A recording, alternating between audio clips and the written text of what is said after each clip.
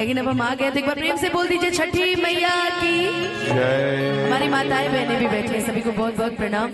Channel से मेरे बहुत सारे भाई आए हैं, सभी को बहुत बहुत स्वागत, बहुत बहुत अभिनंदन। आइए। वाह वाह।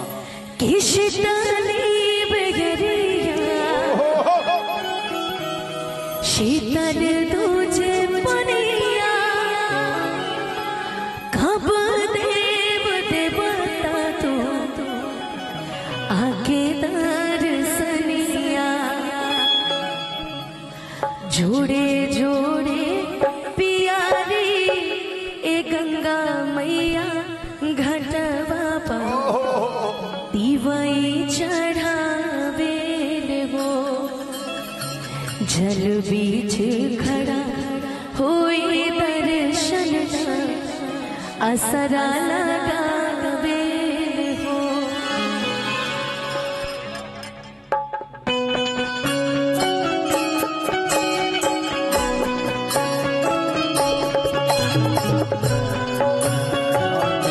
जय हो मैया छठी।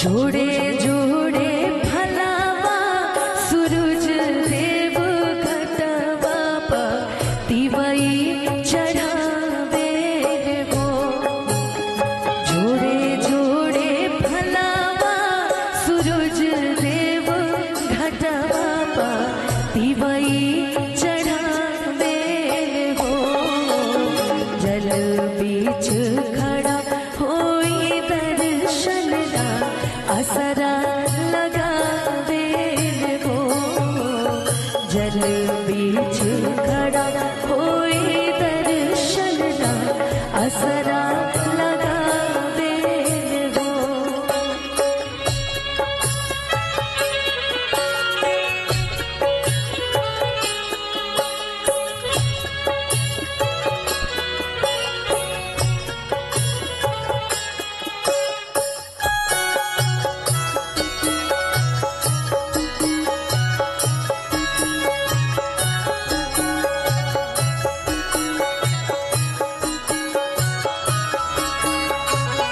जल बीचे खड़ा हो रे दर्शन ला असरा लगावे हो जल बीचे खड़ा हो रे दर्शन ला असरा लगावे हो।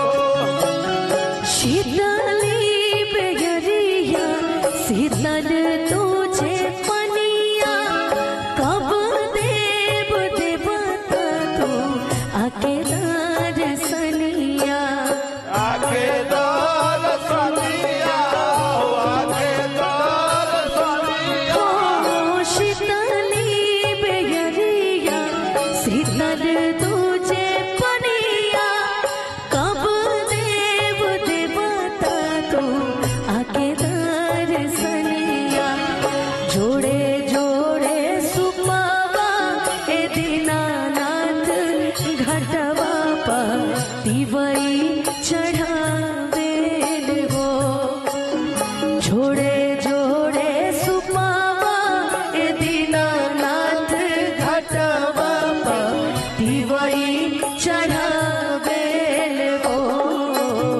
जल बीच खड़ा होई दर्शन असरा लगावे हो जल बीच खड़ा होके असरा लगावे हो।